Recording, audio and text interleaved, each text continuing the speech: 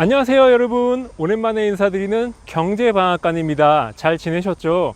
제가 마지막으로 영상을 올렸던 게 작년 12월이었으니까 거의 8개월이 흐른 셈입니다. 시간이 정말 빠른데요, 오래 쉬었던 만큼 앞으로는 자주 알찬 내용으로 찾아뵙겠다는 약속 드리겠습니다. 저게 뭐지? 저게 뭐가 있는 것 같아요. 혼자 있는 것 같은데? 일로와 일로와. 니네 엄마 어딨어?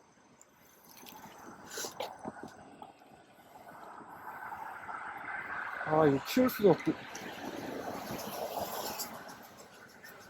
니네 엄마 어딨어? 일로와.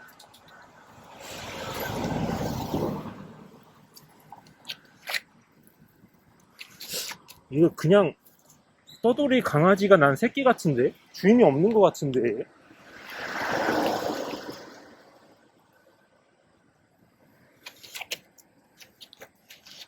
니네 엄마 어딨어? 니네 엄마 어딨어?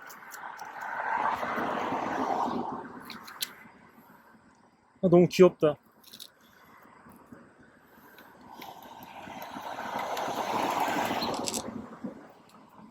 이거 데려다 키울 수도 없고, 이거 어떡하지?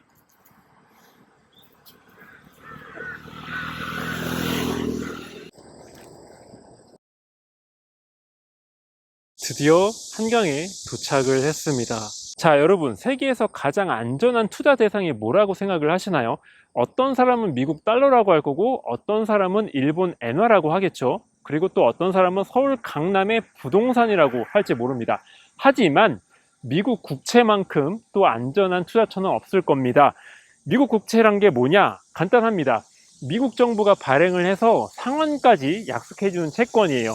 투자자 입장에서는 미국이란 나라가 망할 염려가 없으니까 빌려준 돈에다가 소정의 이자까지 확실하게 챙길 수 있겠죠. 이런 이유로 미국 국채는 최고의 안전 투자처로 각광받고 있습니다. 미국 국채는 여러 종류가 있는데요, 이 미국 정부에 얼마나 오랫동안 돈을 빌려줬느냐에 따라 이제 종류가 나뉩니다. 가장 짧은 거는 3개월짜리도 있고요, 가장 긴 거는 30년짜리가 있습니다. 그리고 이 사이에 1년짜리, 2년짜리, 3년짜리, 5년짜리 이렇게 있는데, 장단기 금리 역전 현상 분석할 때 사용되는 종류는 10년짜리와 2년짜리예요. 현재 미국채 금리를 체크를 해볼게요. 10년물 금리는 2.98%고요. 2년물 금리는 3.23%입니다. 그런데 뭔가 이상하지 않나요? 보통 채권은 기물이 길수록 금리가 더 높아지거든요. 한마디로 현재 미국채 시장은 뭔가 꼬일 대로 꼬였다는 겁니다. 이건 제가 직접 쓰면서 설명을 드려 볼게요. 예를 들어서 여러분이 친구한테 10만 원을 꿔준다고 쳐요. 야, 너 언제 갚을 거야? 물어봤더니 이틀 있다가 갚는다고 답을 합니다.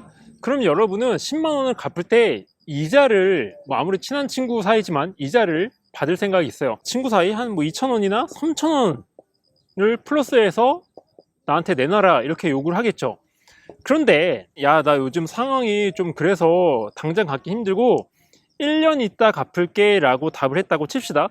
그러면은 이자를 받아야 되는데 얼마를 요구할 건가요? 1년이라는 시간은 당연히 이틀보다 길기 때문에 기회비용 측면을 따지더라도 당연히 이때 당시 요구했던 2,000원, 3,000원 이자보다 훨씬 더 많은 금액을 친구한테 내놓으라고 하겠죠. 예를 들면 1만 원, 1년 치고 10% 이자는 친구 사이에 좀 비싼 거긴 하지만 1만 원이라고 칩시다. 당연히 2,000원, 3,000원보다 훨씬 더 큰 이자를 친구한테 내놓으라고 하겠죠. 국채도 똑같습니다. 상환 기간이 길면 길수록 금리도 높아집니다. 그래서 이 국채 금리 그래프를 그려보면은 이렇게 됩니다. 여기는 0이고요. 여기는 이제 금리, 여기는 이제 시간이에요. 먼저 2년짜리 채권 금리는 이렇게 움직인다고 칩시다. 10년짜리 국채 금리는 당연히 2년짜리보다 더 높이 있습니다. 이거는 10년짜리. 이렇게 있어요. 그리고 이 두 선 사이의 격차 있죠. 여기 갭, 격차. 이거를 스프레드라고 불러요. 스프레드. 이 스프레드를 아래 그래프에 그려볼게요. 스프레드가 10년물 기준으로 그려지기 때문에 10년물이 2년물보다 항상 위에 있죠. 0 위에서 이렇게 등락을 보이게 됩니다. 그런데 지금 어떤 현상이 벌어지고 있느냐, 10년짜리 금리가 점점 하락하더니 2년짜리 금리보다 더 낮아진 상황이에요. 요 부분을 눈여겨보셔야 돼요. 그러면은 스프레드는 어떻게 되느냐, 계속 플러스 위에 있다가 갭이 점점 좁아지니까 0을 향해서 돌진하기 시작합니다. 그러다가 지금 10년짜리가 2년짜리보다 낮았으니까 0 아래로 뚫고 내려왔다는 거죠. 이 그래프만 보더라도 현재 미국채 시장이 뭔가 비정상적으로 움직이고 있다, 이렇게 얘기해 볼 수 있는 것이죠. 마이너스로 전락한 시점이 언제였냐, 정확히는 7월 3일 7월 4일입니다 이게 지금 비가 와서 잘 적히지가 않아요. 근데 비가 뭐가 중요합니까? 이 미국 경제 공부하는 게 중요하지. 이 스프레드 선을 볼 때 주의 깊게 보셔야 되는 타이밍은 계속 플러스에 있던 이 스프레드 곡선이 0을 향해서 돌진할 때, 급전 직하할 때고요. 그리고 0 아래로 내려갈 때입니다. 보시다시피 지금 미국 국채가 뭔가 비정상적으로 움직이고 있잖아요. 그렇다면 과거에도 이상하게 움직인 적이 있었을까요? 1990년, 2001년, 2008년, 그리고 코로나 팬데믹이었던 2020년 모두 스프레드가 마이너스를 찍었어요. 공교롭게도 이 4차례 이후 모두 미국 경제가 위기를 겪었고요. 이게 바로 지금 보신 그래프가 노스트라다무스급 명성을 얻은 이유입니다. 한 가지 알아두셔야 하는 점은 스프레드가 마이너스를 찍었다가 금방 플러스로 올라오게 되면은 미국 경제가 어려워지지 않는다는 사실이에요. 바꿔서 말하면은 스프레드가 일단 마이너스를 찍어요. 그 다음에 꽤 오랫동안 마이너스권에 머물러야지만 미국 경제가 침체에 빠져든다는 얘기입니다. 그러면 2022년 8월 현재 미국 채금리가 역전된 이유는 무엇일까요? 이를 알기 위해서는 지난 4월 초로 되돌아가 봐야 합니다. 당시 미국 연준은 돈줄을 더 조이겠다면서 긴축 페이스를 더 끌어올리겠다고 했어요. 시장 반응은 차가웠습니다. 너무 성급하게 금리를 올리게 되면 미래의 경제가 어려워질 수 있다는 경계심을 내비쳤던 것이죠. 그 결과 10년물 금리가 2년물보다 내려오게 됩니다. 즉 스프레드가 마이너스를 찍은 것인데, 정말 다행이었던 건 이 스프레드 마이너스가 단 이틀만 기록을 한 다음에 금방 플러스로 회복이 됐어요. 제가 방금 전 뭐라고 했죠? 스프레드가 마이너스인 기간이 길면 길수록 경기 침체 가능성이 더 올라간다고 했죠.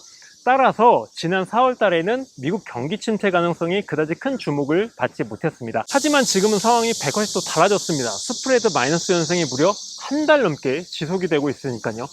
결국 지금 투자자들은 연준의 과도한 긴축으로 인한 미래의 미국 경제의 경기 침체 가능성을 상당히 높게 보고 있는 겁니다. 인플레이션도 잡으면서 경기 침체를 막는 묘수 따위는 없다 라고 단정 짓고 있는 거예요. 그렇다면 미국의 경기 침체 가능성은 얼마나 될까요? 지난 7월 28일 미국의 2분기 경제 성장률이 발표됐는데요. 마이너스 0.9%로 나왔습니다. 참고로 1분기에는 마이너스 1.6%를 찍었어요. 이렇게 경제 성장률이 2분기 연속 마이너스를 찍으면 기술적으로 경기 침체에 들어갔다고 부릅니다. 하지만 월가 전문가들 대다수는 미국 경제가 아직 침체에 들어가지 않은 것으로 보고 있어요. 경제 상황을 가장 잘 반영해주는 고용시장이 아직 괜찮기 때문입니다. 지난 8월 5일 발표된 미국의 일자리수 증가폭이 예상치를 2배 넘게 뛰어넘었거든요. 일자리수가 많아졌다는 건 그만큼 현재 경제 상황이 좋다는 거죠. 경기 침체와는 거리가 멉니다. 여기에 힘을 실어주는 미국 기관이 하나 있는데요. NBER, 우리말로 번역하면 전미경제연구소가 됩니다.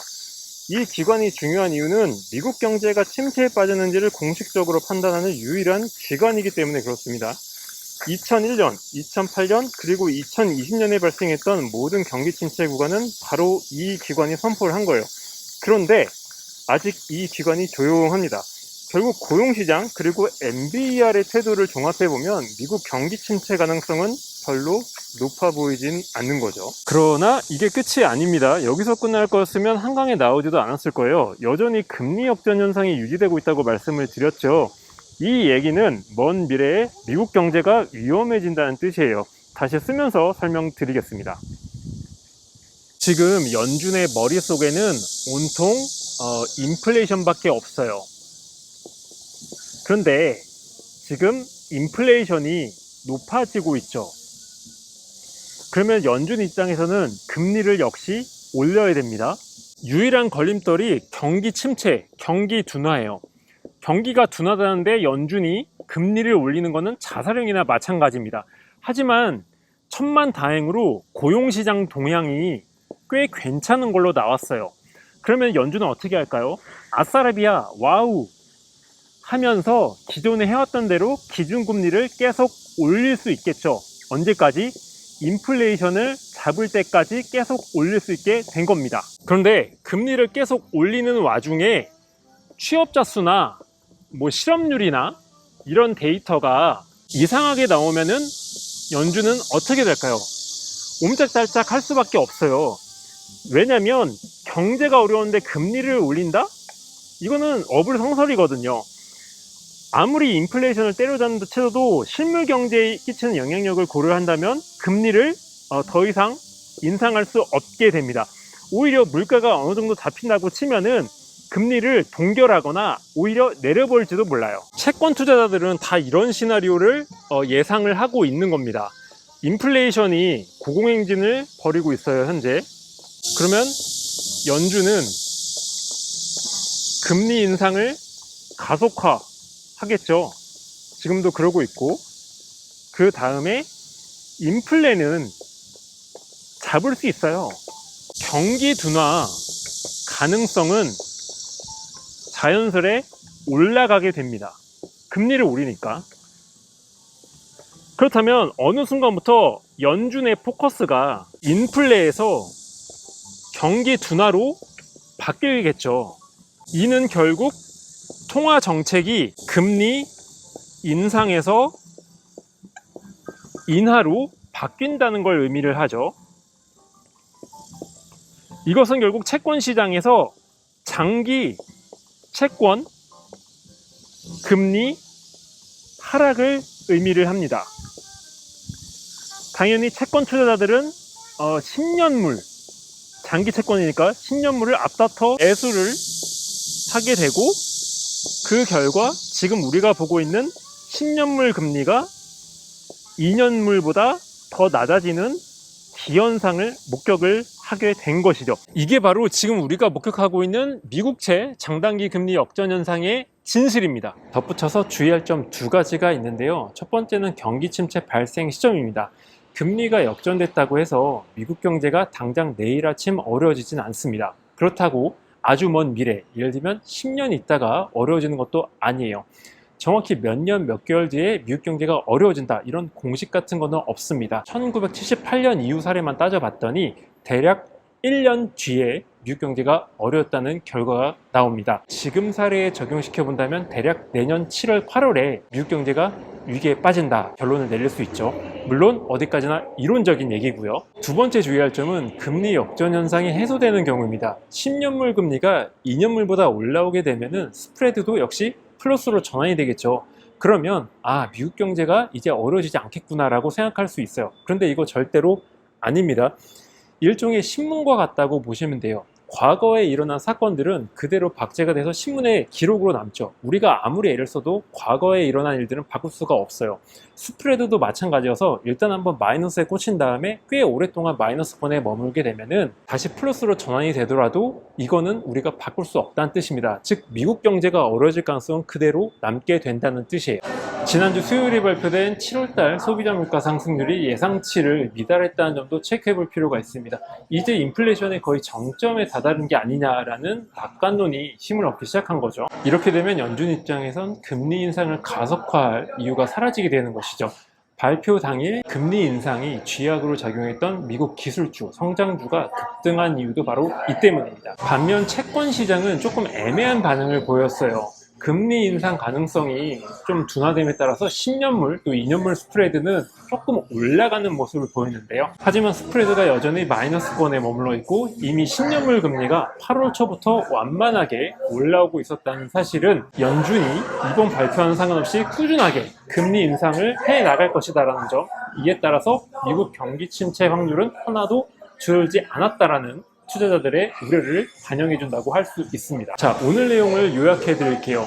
미국 인플레이션이 엄청나게 치솟았기 때문에 미국 연준은 금리를 계속 공격적으로 올릴 수밖에 없었고, 시장은 그에 따른 부작용으로 향후 미국 경제가 침체에 들어갈 가능성을 매우 높게 보고 있는 겁니다. 그에 따라서 장단기 금리가 역전되어 있는 것이죠.